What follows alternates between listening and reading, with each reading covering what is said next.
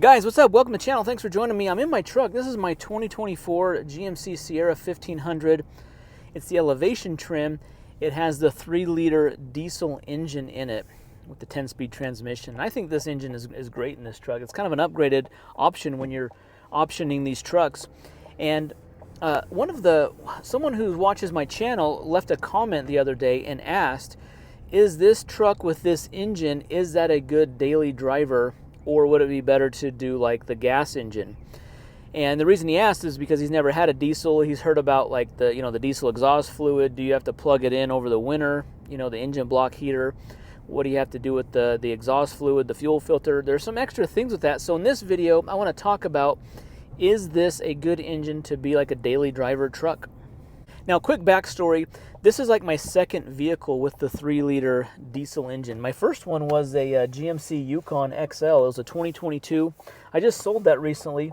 And that one, the 2022 GMC, the full-size SUVs, they had the LM2 version of the engine. The LM2 was like the first generation of the 3-liter inline-six turbo engine. And I think it was like in 21 or 22, GM came out with the LZ0. That's just the RPO code that GM uses when they're on their parts. So like the kind of the second generation of this engine, a redesigned version of it, is called the LZ0. That's what this truck has. Has a little more power, more horsepower, more torque. It has the same fuel efficiency and out of kind of like the same engine. So they might have just upped the turbo a little bit. I know they changed the piston material in this newer version, but I think both engines are going to be great. I've had both obviously now. This truck I've only had for like 3 or 4 months now. I don't have a ton of miles on it yet, but I did put about 27,000 miles on my Yukon on that 3-liter diesel, and I loved that.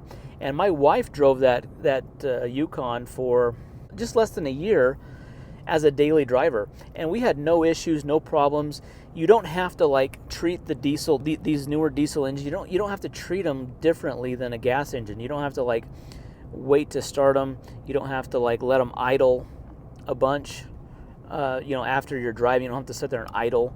It does have a few quirks. These engines do have a few things you have to be aware of.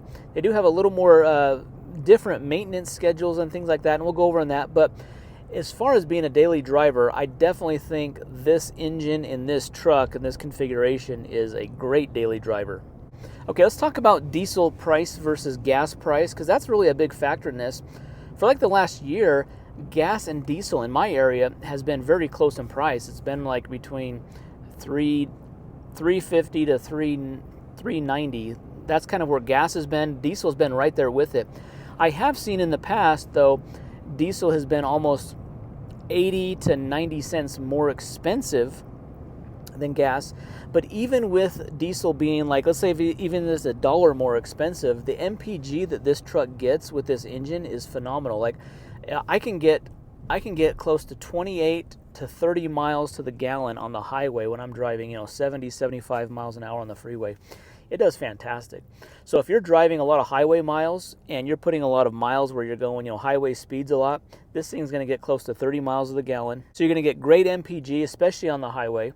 The gas V8 engine or even the Turbo Max is not going to get close to those numbers. So you're going to get probably like 8 to 10 miles per gallon better in the diesel than you are any of the gas engines that this truck offers. So this gets like 28 to 30 on the highway, and then like 20 to 22 in the city. So, I mean, it's getting in the city what the gas engines get on the highway. I mean, it really is impressive. And you're not giving up power. Even though this only has just over 300 horsepower, it has close to 500 pound-feet of torque. So this thing has a ton of torque. It's very responsive.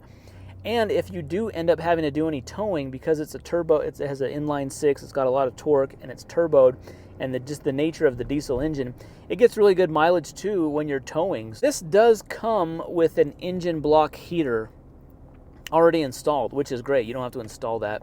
It comes with a cord. The cord's just tucked under the back seat.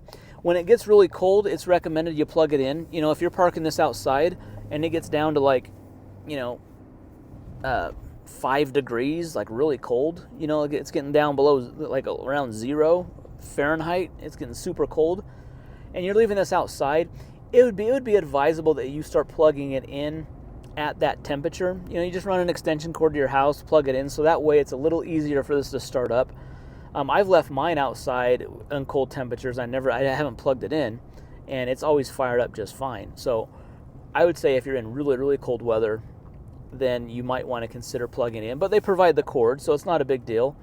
If you forget one night, it's probably just going to start up and be fine anyways. Now, one thing I did in my Yukon last year is if I was going to leave it outside, I did over the wintertime, I did run a diesel additive. So if you just go to the auto parts store, you're at Walmart or any of these, any store that sells like auto supplies, sells a diesel winterized fuel treatment, and it just helps the fuel from gelling up. So if you add that in a couple times, if it's going to be really cold and you're going to leave it outside, I would add that in just because it's going to help the diesel from gelling up. Like that's one of the properties that diesel has, is that it'll like gel up when it's cold and get really thick, and it can gum up your fuel filter and gum up the system. So you would run that. Most areas though, if you're buying diesel fuel in a cold climate, generally the gas stations add that winter blend to the diesel to help it from gelling, but it's not going to hurt to add a little bit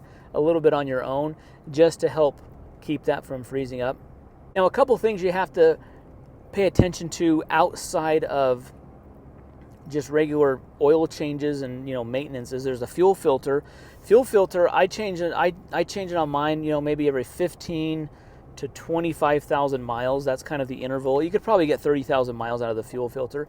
It's actually really easy to change in these vehicles. It's right underneath, like basically where the driver sits. There's a canister right underneath there. You just screw it off, put a new one in, put it back up. It's really easy. I got a couple videos. I'll leave a link to those. So if the fuel filter is maybe $40 and you change that every 15, 20, 25,000 miles, there is a fuel filter a gauge on the screen here. It kind of gives you the life of the fuel filter, so you know when you're getting down low. If you change that out, so there's maybe an extra $30-40 every 25,000 miles. And then these diesel trucks also also take the diesel exhaust fluid, the DEF. It's just a fluid that helps reduce diesel emissions, and it's in a tank. Now these trucks have a 5-gallon tank, and it's right next to the fuel fill. So right where you put the diesel fuel in, there's a little blue cap. You put the diesel exhaust fluid in. Just with regular driving, it'll go through 5 gallons of DEF, diesel exhaust fluid, every about 5,000 miles. 2.5-gallon jugs, you can find them at like Walmart, the auto parts store, convenience stores sell them. You can find that, like, somehow it's just become really cheap all of a sudden. You can find them for under $10, $8-9 for a 2.5-gallon. So for probably about every like 3,000 miles, I'm usually will add about 2.5 gallons to the truck, and then that way, because it'll be just less than half, I'll fill it back up to about 90%, and we're good to go for about another 3,000 miles. So I usually do that every 3,000 miles, add the DEF. But other than that, regular oil changes. The only other thing to know is that these trucks do have an oil pump belt. The internet's made a big deal of this. The LZ0, the newer version of the motor right now, is rated for 200,000 miles before the oil pump belt needs to be changed, and it's like in the rear of the engine where the transmission mounts up. The transmission needs to be removed in order to get to that. I'm not concerned with that. By 200,000 miles, you're probably going to need some transmission work, and while you're getting the transmission rebuilt, serviced, or so forth, you could just have them change out that pump belt and be fine. Last another 200,000 miles. There's also something unique to the diesel, and that is there's a regen process, and I'm not an expert on this, guys, so correct me if I'm wrong, but there's the diesel particulate filter, the DPF, and over time it collects soot. Soot kind of builds up into that, and there's a process where the DPF gets really, really hot, and it kind of burns out all of the soot and contaminants out of that. And so if you don't drive this like a ton, like if you're not driving a lot of long distances in this truck, there might be on occasion, this has only happened one time in my Yukon when I had it over the course of 28,000 miles, where I got a message on the screen that said, regen in process, don't turn the engine off, just keep driving. That's basically what it said. That happened in a time when we weren't driving it as much, and so we were just doing shorter trips with it, and so it needed to go through its regen process where that filter gets super hot, and it heats it up, and it kind of like burns out all the soot out of it, basically. And so that's how I understand it to be. If it's different, guys, let me know in the comments below. But the miles per gallon that you get with this on the highway, you're getting 27 to 30 miles to the gallon on the highway, depending on how fast you're going. I mean, that's huge. Like that is the reason why you'd buy this truck, because of the great fuel efficiency that it has, because you can get those really great fuel efficiency numbers. When you get a full tank, I believe this holds like 25 gallons of fuel, which is kind of small, I know, but you know, if you're getting 30 miles to the gallon, I mean, you're getting over 700 miles of range per tank. So it's really nice that, like, you know, you can get that much range out of such a small tank of fuel on these trucks. So I would highly recommend this truck. A couple of my neighbors have this same truck and the diesel engine. They love it as well. Everyone I've heard that like has this engine loves it. They daily drive it. It's not giving them problems. It's not giving them issues. They're just reliable, works great, great power, great fuel efficiency, and there's really not a lot of special treatment that you have to do as far as like when you're driving it.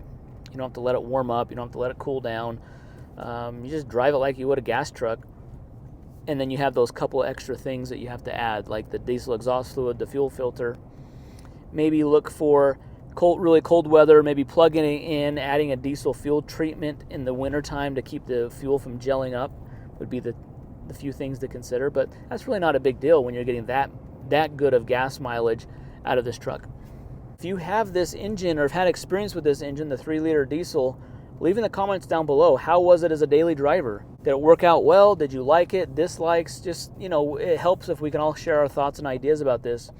Helps everyone making a decision about buying this. So thanks for watching the video, guys. Be sure to leave your comment down below. Hit that thumbs up button. Subscribe to the channel. We'll see you in the next one. Thanks for watching.